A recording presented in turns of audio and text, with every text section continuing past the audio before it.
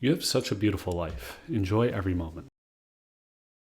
These were the last words my grandmother said to me when she was on her deathbed, and they're what sent me on this journey. In modern society, life is faster and easier than ever. For the most part, we can get what we want, when we want, and how we want without much effort. We can spend days living perfectly well without raising our heart rate or even stepping outside.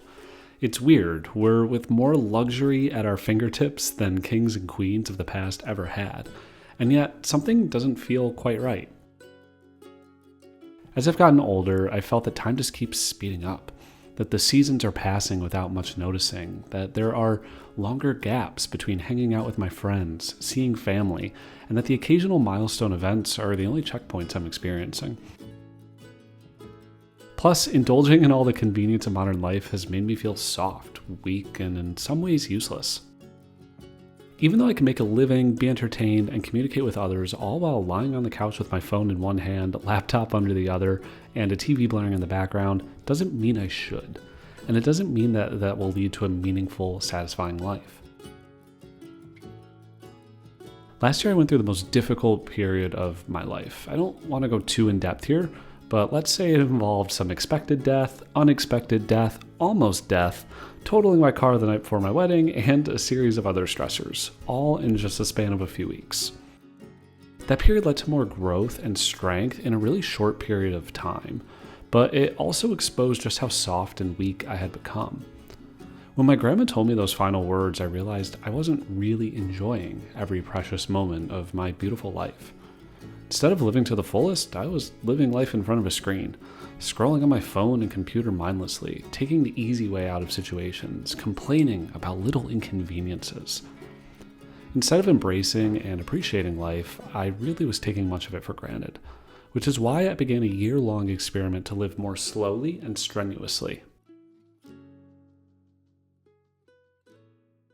I looked at areas of my life and society as a whole that I felt were too fast and too easy.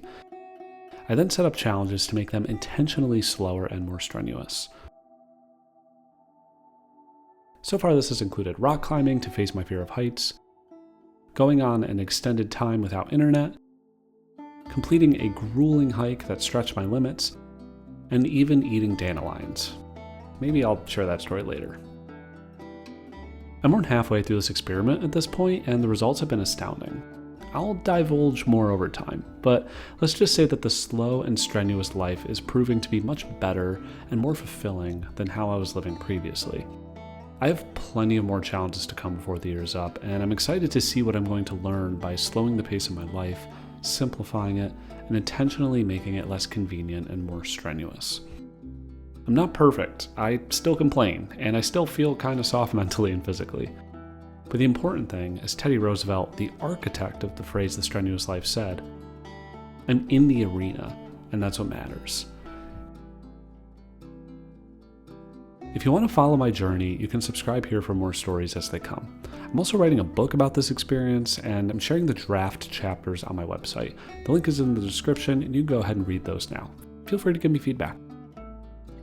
Thanks for watching, and here's to a slower, more strenuous life.